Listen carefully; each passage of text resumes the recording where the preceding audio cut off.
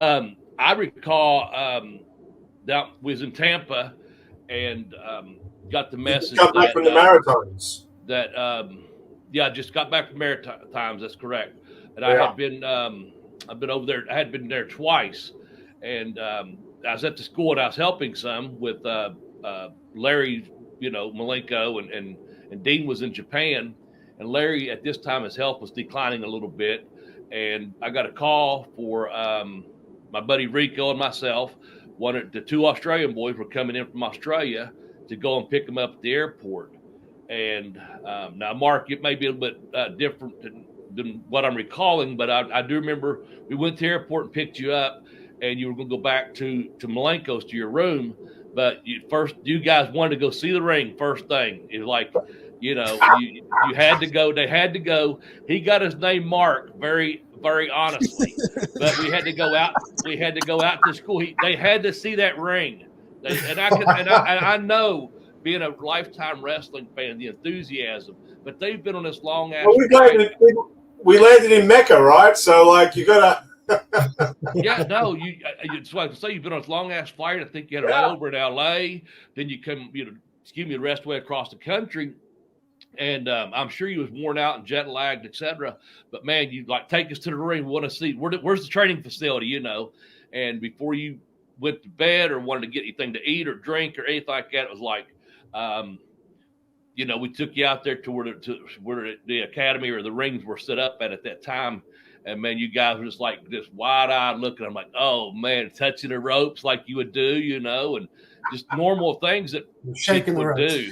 Yeah, just so that's what I recall just meeting you, and then I think it was like an early Sunday morning, and then you all came to camp starting on that following Tuesday, and just started getting in the ring, and going at it, man, and busting your ass, paying attention and listening, learning, and from there, of course, it was just myself and Rico, and worked with Mark, and he had a buddy named Greg, and they just came and we always spoke, and as they got better and got ready for matches and stuff, there was opportunities there to set the ring up and things like that. So I know Greg did several times. I'm sure Mark did. You'd go out there and you'd meet the ring truck somewhere in a Stuckey's or somewhere, and that's old restaurant. I don't think they have them in the South anymore, but a lot of guys would go and park their cars like a car park, and then follow the ring truck or go to the next town over, whatever. Or if I wasn't doing the ring, at the time, Mark, I guess you rode with me quite a bit in my Thunderbird I had at the time. Yeah, so that gave us plenty of time to. I don't know that we even turned on music in the car to or from a show. We would just get in and start talking, and make that connection. And 98% of the talk was, pro wrestling. It's just training and who's doing this, who's doing what, just being fans. That's one thing about professional wrestling, and I don't mean to ramble on, but I will for just another second, where it's culturally across barriers. It doesn't matter if someone's white, black, Australian, American, Japanese. If you love professional wrestling, and I talk about this in one of the stories I put out there called Yard Time, where I did a show in prison, and the guys self-segregate. Blacks go one way, bikers go another, the Hispanic population sits in another section. They segregate themselves, but Muhammad Ali had been at this prison about 5 months before I ran a wrestling show in there, and he did the same thing. He transcended, age, color, religion, all those things, and that's kind of what pro wrestling does. So when I first met him, that was the thing. We had a connection of professional wrestling, people that he had watched as he had grown up, being a fan, the same with me, and just talking wrestling, and that love for business. Mark, anything else am I leaving out? We'll get to your birthday in a minute.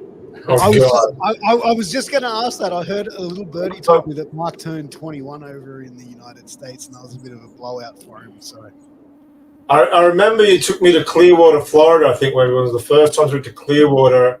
And you talked about listening to the radio. We did, because when we went to Clearwater, I think Nevermind, Nirvana just came out. And I remember driving down through Clearwater listening to Nevermind, Nirvana for the very first time, thinking this is so fucking cool.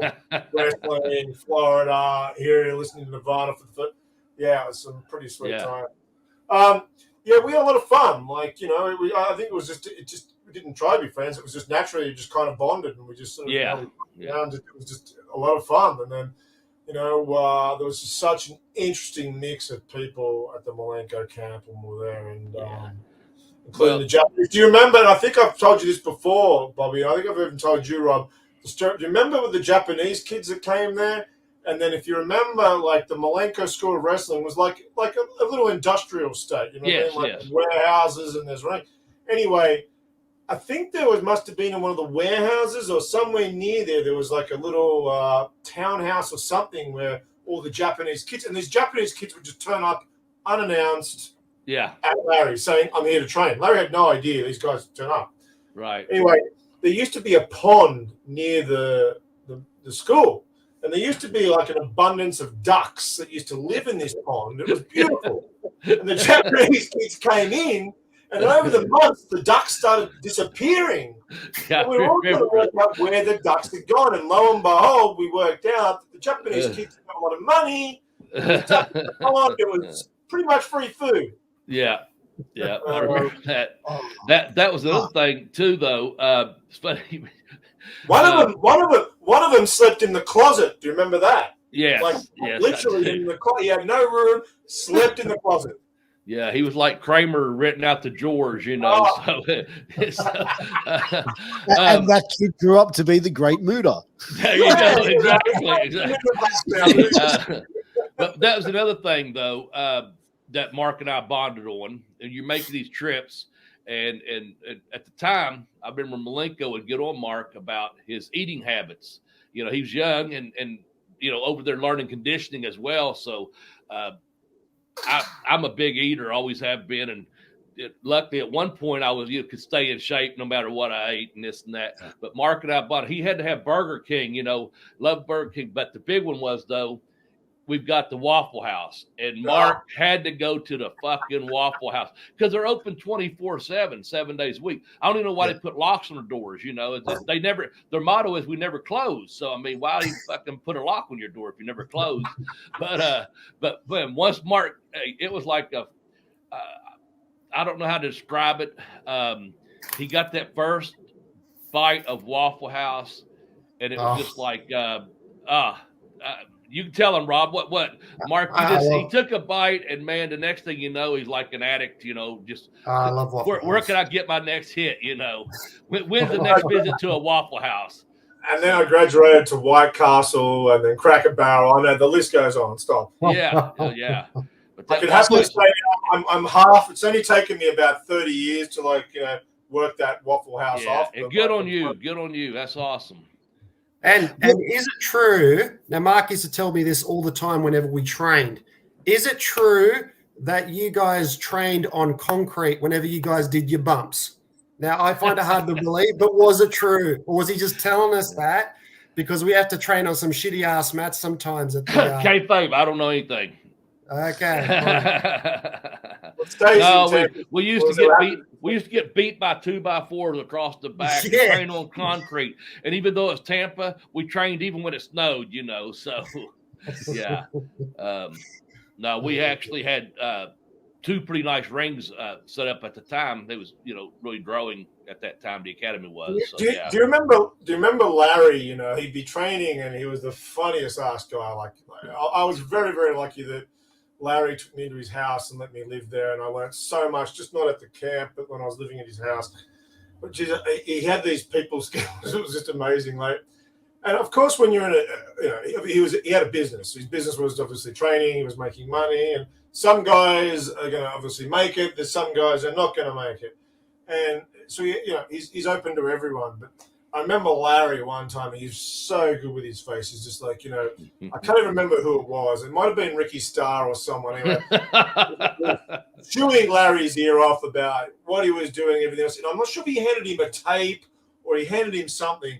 And Larry, as sure as day night, grabbed it He's going, what do you think? Have you seen this? And Larry goes, yeah, no, I've seen it. I've watched it. And he barely is even like taking his eye off what was happening in the ring, talking to this guy, puts it into the drawer, closes it, and then just keeps going. Like, it was just so funny. Like, It was a master at work, wasn't it? Like he just, yes. And the thing was, he had this guy Happy, who he's not even like communicating with, whereas he's doing the wrestling in there. It was funny as shit. And he would say, one time I had moved back in Kentucky prior to meeting you, and I went down there for a couple week vacation. I was just going to do some dates, and also get some ring work in. And I hadn't been there for like maybe 6 months, so I took this chick back with me, and he said, yeah, every wrestler needs a girlfriend. A wrestler without a girlfriend is like a ship without a rudder. You'll never go anywhere. So he puts that over, makes me happy because I have this pretty hot chick. And then the next person's like, man, the last fucking thing you need in this business is a goddamn girlfriend. Tell him, Mark, tell him what he told you. You're going to make $100,000 and get 3 divorces. It's just,